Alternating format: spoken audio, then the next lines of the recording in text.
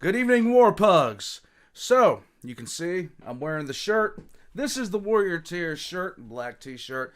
You can find it at warriortier.com. If I'm wearing the Warrior Tier shirt, you already know what I'm watching today. So, some of you I know clicked off of other videos as soon as you saw this was uploaded. This is the story of ROGAL DORN as done by Warrior Tier. I would like to just say hey to the Warrior Tier family. I know they watch this all together. And I'm going to jump right into this. ROGAL DORN is one of those Primarchs with the Horus Heresy was more or less at the Siege of Terra level a pit fight between ROGAL DORN and for the first segment of it, Perturabo. This was Perturabo's dream to take literally everything that ROGAL DORN had built and literally tear it down in front of him. Until he got fed up with what was happening and he realized how Horus was actually running the war.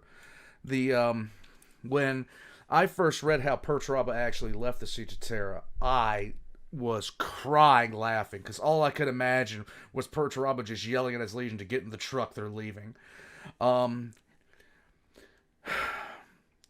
Easy enough to be said. If ROGAL had not been at Terra, Terra would have been lost long before it actually became a question of the shields being dropped on the Vengeful Spirit. There would have been it would have been a disaster, first and foremost. The Emperor made a good decision choosing ROGAL DORN as his Praetorian. He really, really did. And the Imperial Fist was the perfect legion to actually defend the Imperial Palace against everything that came to them. With the introduction, of course, of the White Scars, some Dark Angels, the Blood Angels, and of course our Golden Hawk Boy and Jagatai Khan. But ROGAL DORN, in and of himself, in all honesty, I'm hoping he's one of the next Primarchs to return. As of this moment, with the Lion coming back and Guilliman back, I do think the Imperium needs to have its siege specialist back. It needs to have its person back that can fortify the Imperium, and who can also, as the Lion seems to be doing, reject the Codex in its current form as being pretty much untenable. I would love to see what would happen if ROGAL DORN came back and saw the Black Templars, because we might finally get an answer, because it's always up in the air as far as how the Black Templars actually view the Emperor, but that is neither here nor there. So, let's get into this. This is the story of ROGAL DORN, and I can't wait. Let's go.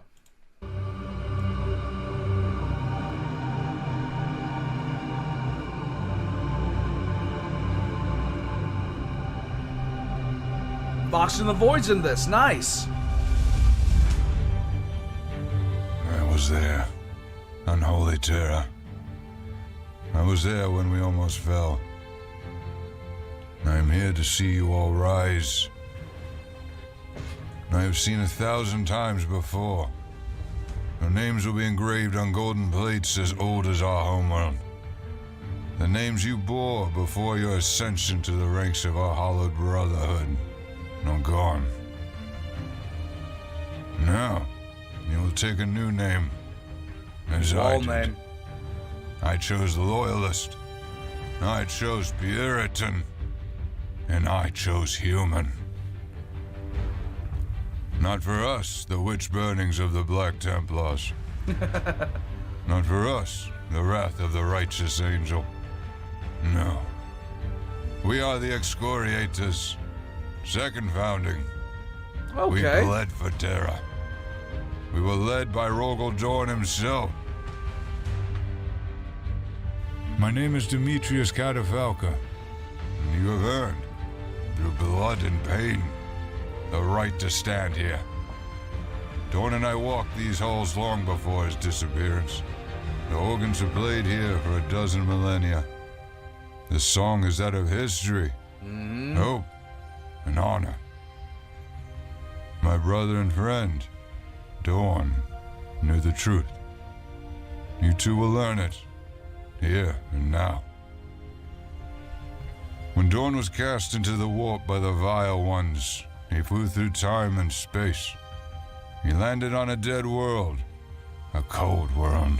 Inwit. He landed on the blasted, hateful waste that is Inwit. Yes. It offered then what it offers today. Nothing. Nothing, save its people. Ferocious and proud warriors to a man. Their cunning in negotiations, outdone only by their cunning with the blade. But only the Stoics survive such a world. A world filled with apex predators, locked in a killing embrace by its almost dead star. If the cold doesn't get you, the beast will. Yep. Every moment on that world is a war, and one must become an enemy of the world in order to survive. One must learn how to cut what is costly to save the whole. You must learn the traits that came to define my brother Dorn. You must become stoic, cold, and honest no matter the brutality of the situation. You must understand that the truly difficult decisions must be made, or all will fail. You must be able to bear that weight. And what a terrible weight they came to bear. It's always surprising to me how much of the Primarch's personalities and the traits that came to define them were not only present in their Legion before, but after they landed on their worlds.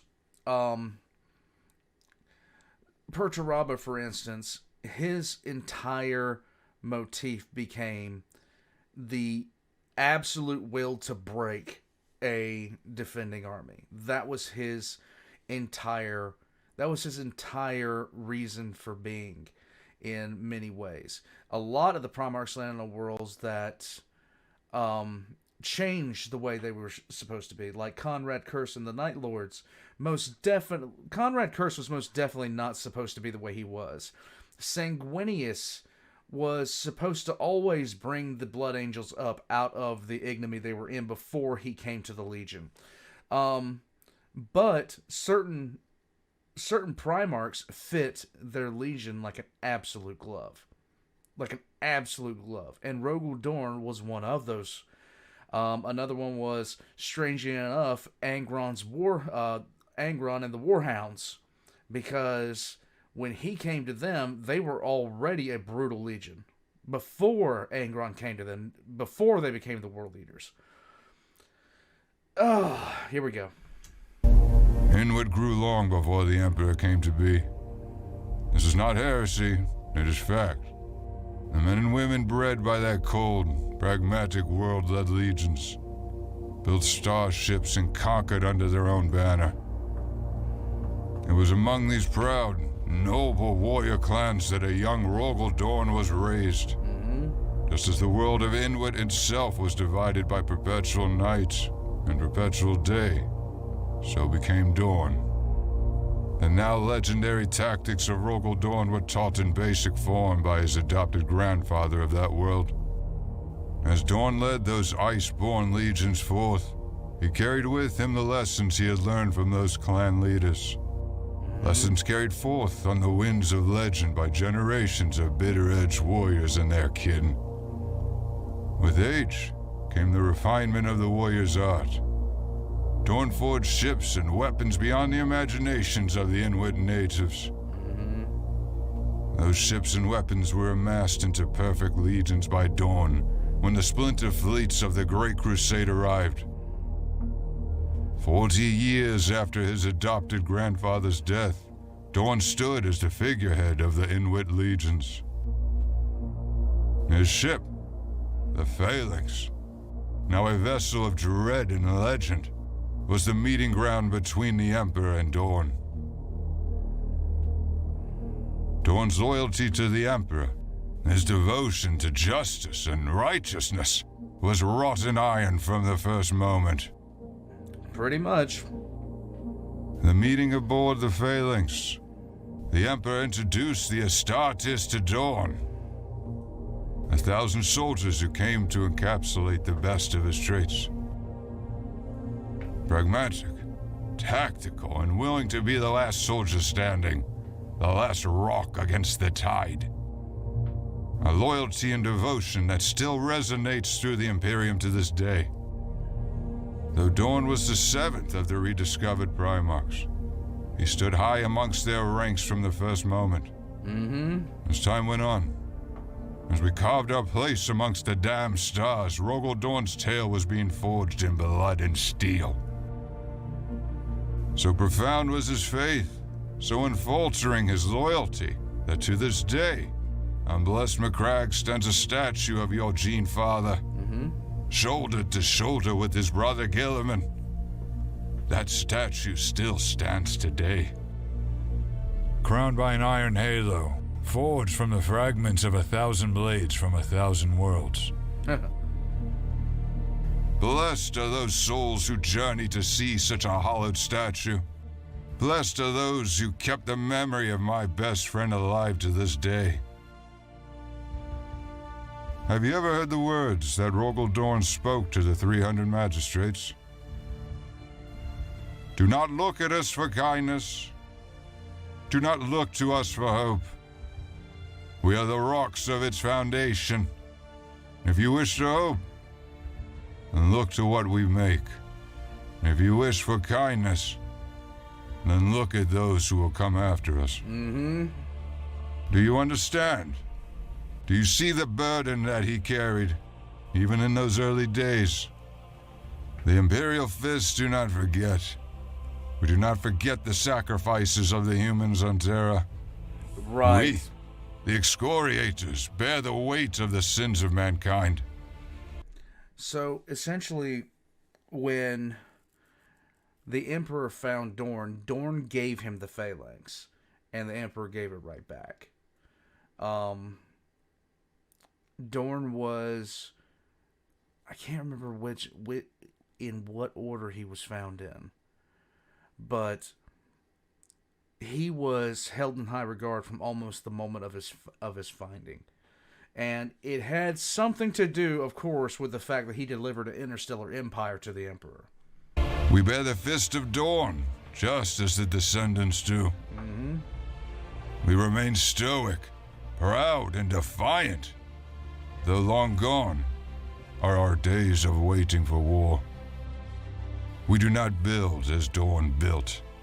We fight as Dorn fought. His brother Russ described him as swift and unforgiving as the falling edge of an axe. Beneath that stone shell that Dorn wore raged a permanent storm. He was consumed by the need to perform his duty. Absolutely. And the need to be human. A need which our Gene brothers often forgot. For if anyone's heart has ever broken, Dorn's heart broke when hearing of Horror's betrayal. Yes, it did. I was there. I heard the words of Garrow and the other survivors of the butchery of Isstvan III. I'll never forget that day.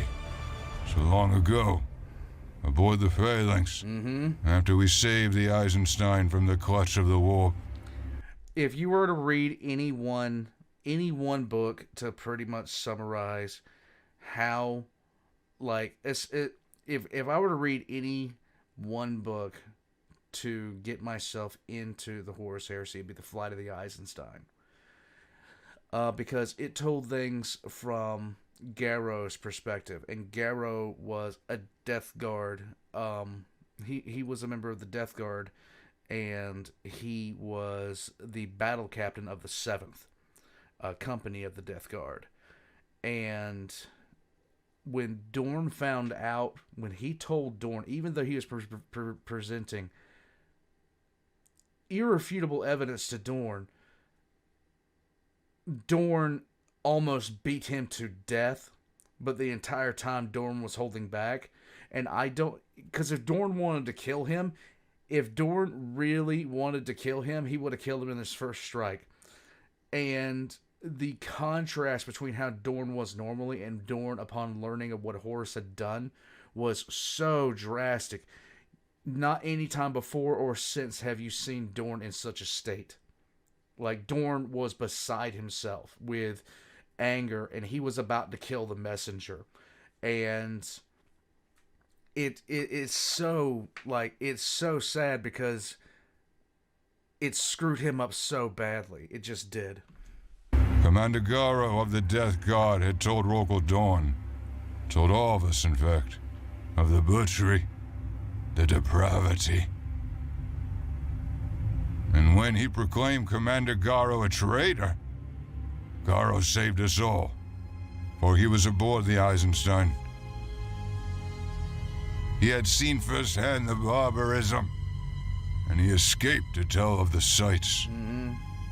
Dorn raised his voice for the first time, and the room shook with it. This is what you come to me with? A convoluted story of treachery and conspiracy amongst the Emperor's sons? I know this is difficult to accept. Difficult? I do not know what to make of you, Garo. You carry yourself like an honest man. But if you're not a traitor and a deceiver, then you can only be possessed by insanity. Garo heard the sound of blood rushing in his ears. Everything was going wrong, falling apart around him. He looked away. Look at me when I speak to you, Death God. These lies you bring into my personal chambers, they sicken and disgust me. That you would dare to say such things about a hero of such matchless character as my brother, Horus. It vexes me beyond my capability for description. I was hoping this would come into play. Oh my god. How cheap you must hold your integrity to give up so easily. I weep for Mortarion. The only reason I do not rip you limb from limb for your defamation is that I know my brothers will reserve this pleasure for themselves. Garo felt the decking turn to mud beneath his boots, but he found the strength to carry on. Are you blind? What did you say to me? I asked if you were blind, Lord, because I fear you must be.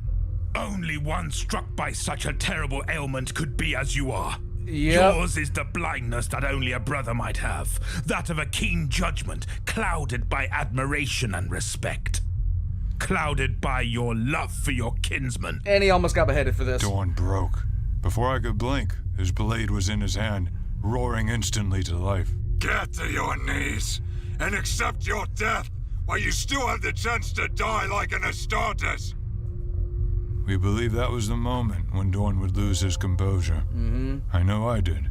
But Keela, that legendary remembrancer, saved Garo's life. The pain in her voice, the raw human emotion, it stopped Dorn's blade from striking Garo down. She had captured proof of the heresy, scenes of depravity, barbarism, betrayal. She saved Garo's life, and who can even guess how many more? Euphrates Keela was the first saint to... I'm still waiting to see how this card falls with her. It's still not exactly clear if she's a saint or not. I'm leaning towards the fact that she might be a saint. She had a retinue with her. She was a pictographer. But there was somebody else with her at the time, Mercedes Allerton, who actually had the components built into her skull. Basically, she had some bionic implants, and they literally played out the moment in front of ROGAL Dorn when Horus virus bombed Istvan, in his words at the time. And it killed Dorn. It just killed him. Do you know why I told you that? Do you see where the fury of the Black Templars comes from? Damn straight. Dorn's doubt. His only weakness was the truest gift of mankind. Love. He loved his brothers, especially Horus. And that rage came to be the main characteristic of so many of his fervent sons. Sons born from his gene seed. Well, that wrath has always been there. A wrath shared by his Huskarls. Those sainted bodyguards, made by Dorn himself. They alone know the depths of Dorn's pain. They alone knew the tales of the man. And I cannot say if their tales still live on. But the legacy is strong. Every world that an Imperial fist visits, each stone raised in defense of the Imperium. Each shell loaded with malicious intent. They all bear the legacy of Dorn's stoicism, the legacy of his belief in mankind. But who else? Who else but Dorn's first sons could have weaseled out the traitorous 20th? Who else but the first Captain Archimus would have been bold enough to lead an attack against the 20th's own Primarch? The Alpha Legion believed themselves untouchable and genius. Far more genius than anyone else. It was their arrogance that saw their assaults on Pluto fail. It was Dorn's lack of arrogance that saw him succeed. It was Alfaria's overconfidence that saw him dead at Dorn's feet. I believe more of Dorn broke that day, being forced to exact justice upon another of his brothers. The 20th had murdered so many, had committed acts of terrorism, subversion, and hate. Dorn couldn't forgive that. He couldn't forgive the treachery, the base inhumanity of it all. He struck down Alfarius, killing his own brother. A terrible cost. A cost that only the strong can bear. It was after this that he and his sons returned to our home, to Terra. I will not go in detail about every single stone laid in defense of their world. I will, however, Be there do for a away while. with the pathetic lie often told about my best friend. Dorn did not gladly hide the arts inherent to our homeworld. Having to hide humanity's achievements behind ferrocrates and plascrates was not a happy chore to him. He knew that in order to ensure humanity's ability to create more works of art, humanity must first survive. So he hid those frescoes and panels of master-crafted gold. He hid those statues and monuments because he knew that to live in the light, one must sometimes prepare to fight in the dark. Yes. 1 million and more guns were raised in place by Dorn and his first sons. But I know that he resented being put in that position. But again, he bore that weight. He knew the cost.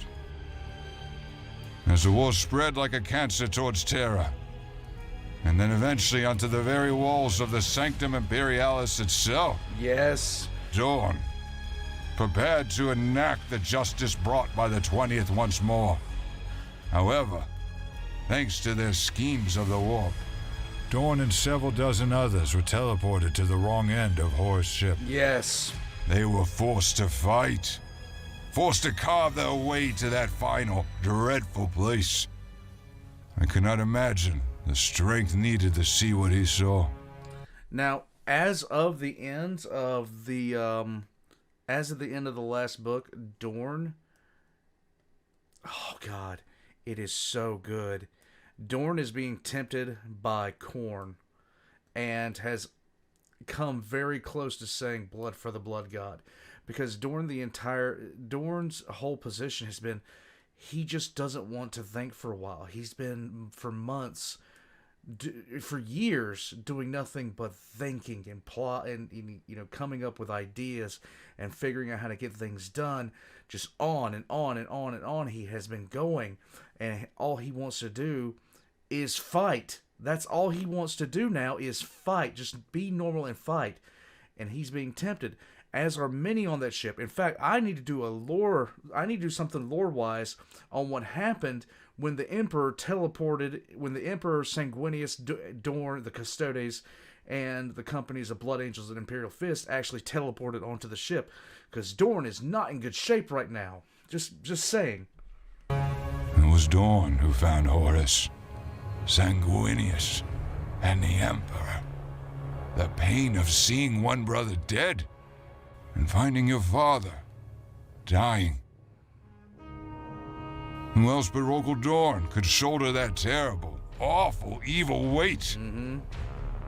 It was into Dorn's ear that the Emperor's final words were spoken. No one knows what he said, though many have speculated.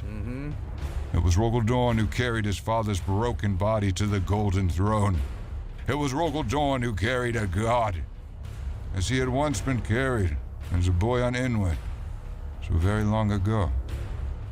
I have heard rumors that atop his dying father, Dorn placed that fur cloak, knowing that with his father's passing, his last vestige of youth had gone. The years after the end of the Great Heresy, my years of conflict, strife, doubt, and guilt, Dorn laid at his own feet the blame for the death of Sanguinius, the Emperor, and billions of humans. Though it was not his guilt. It was not his lack of action that caused such awful events. After Lord Guilliman ordered all legions to abide by the Codex Astartes, Dorn found a chance to expunge himself of that guilt.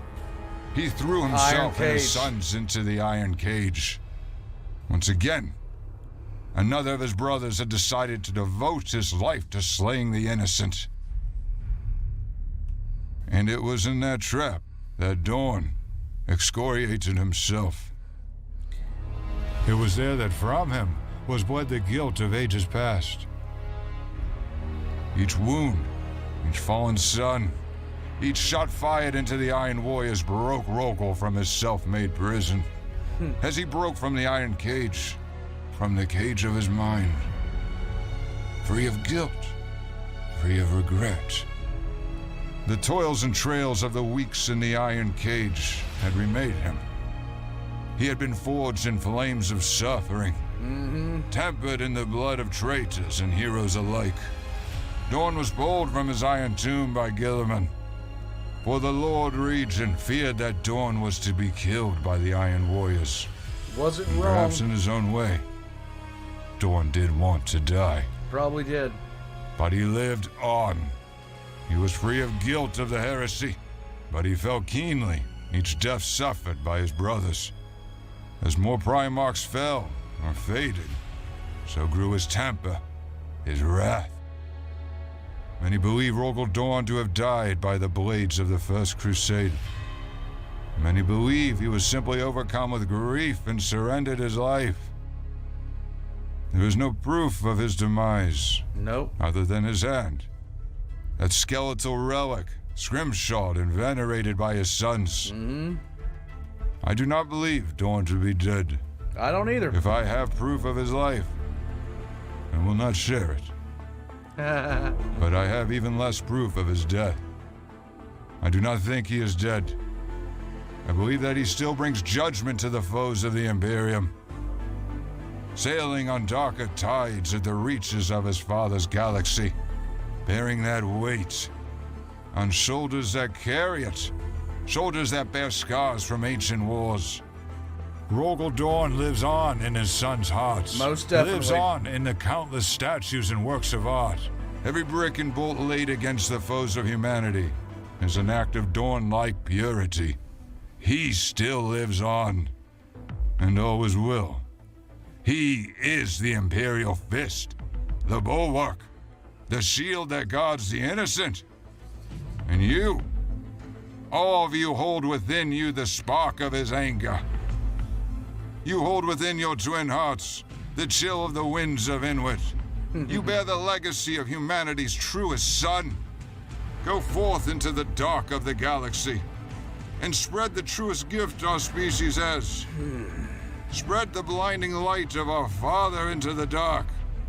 Spread the flame of righteous onto the wretched hives of the villainous. For you are Imperial Fist. You are the mountain that blocks the storm. I'm loving this. You are the excoriators. You expunge from the fabric of reality the weakness of the soul. You forge in the fires of war a blade which carves out the cancer spread by chaos. I'm absolutely loving Go forth this. and bear my friend's name with pride, for you are the sons of ROGAL Dorn. And he lives on. Love it. Absolutely loving it. All right, guys. So, Rogal Dorn's story in the Horus Heresy has been one of my favorite to follow. Of course, my favorite Primarch in the Heresy right now is decidedly out of the Heresy, and that would be Conrad Curse. Conrad Curse was just going ape on everybody for a while there, but he's gone now. Sanguinius ejected him in a pod, so his story doesn't quite pick up until his own Primarch book, where he's sitting there like a nut job talking to the Emperor made out of a meat puppet. Excellent work by Vox and the Void again, jumping in on this to help them out.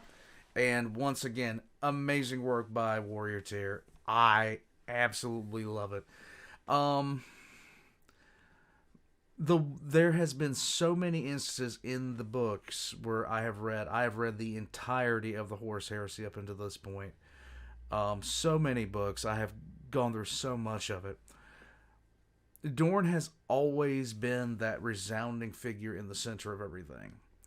And without him, Terra would have fallen months before the Rebute and the Ultramarines would have ever arrived to kind of help lift the siege. I cannot wait for the last book of the Siege of Terra to come out, because I want to see how this goes down. I got a couple of theories that I'm hoping about, but nothing too rock solid. But this is the story of Rogal Dorn, a person who was built by his homeworld, and you can see so much of him in his kids, from Alexis Paulus and the Crimson Fists to Sanguinius and the Black Templars. And if you guys are wondering how the Black Templars are the way they are, it is because of Rogal Dorn. Rogal had a very... So, one of my favorite things about the Black Templars, and I said it in Sigismund's lore video, I've said it in a couple of other videos that I've done, that Sigismund inherited his dad's penchant for basically targeting the monologuing one and punching him in the face. That's what Rogal does. One of my favorite Primarch versus Primarch fight scenes in the entirety of the Horus Heresy has got to be Fulgrim when he fought Rogal Dorn at the Saturnine Gate, because Rogal stomped him the absolute hell out, and it was absolutely glorious. Guys, once again, this is the Warrior Tier shirt. Now, it's available in a whole bunch of other different colors. It's available at warriortier.com, which I've stopped it. There we go. I stopped it on the screen right there. I have had a fantastic relation with Warrior Tier and all their crew. They've popped in from time to time to play Amogus with us. I'm telling you, I can't wait to see the next video. I can't wait to see their takes on the next... I can't wait to see what's next. And at every single turn, they have improved at every single way. It's one thing to where I'm watching a video, but it's another thing entirely from me to expect excellence and not be disappointed. If I watched a Warrior Tier video that wasn't just like the top tier for what I was expecting, it wasn't that, it would be like Max or not editing at 3000 RPM. So that's that, guys. Warrior Tier is a fantastic lore channel, lore slash stories, because I like stories to get into lore. So if you are that kind of person, check out Warrior Tier. It is an awesome way to get a general feel for the grim darkness that we all love. The link's going to be in the description below. Head over there, subscribe, check out their videos. If you like what I do, just leave a like and a comment down below. Subscribe if you haven't already. I know you heathens haven't. If you'd like to support my channel through other means, I have merch too. It's down in the description down below. It's done by Valk. You guys will like it. And one of these days, I'm going to expand on it. The newest 5-ish minute lore has finally been done. The new lore channel is up and operational. I'm slowly going to be migrating all of my lore videos to that channel. It is but the newest lore video is going to be 5-ish minute lore, Gendor Scrivok. And I will be putting that out on Thursday. So I will see you guys then on the new channel for that. I can't wait. Till then, guys, thank you for joining me, and I'll catch you guys next time. No, but seriously though, read Flight of the Eyes this time if you haven't already. Dorn lost his mind.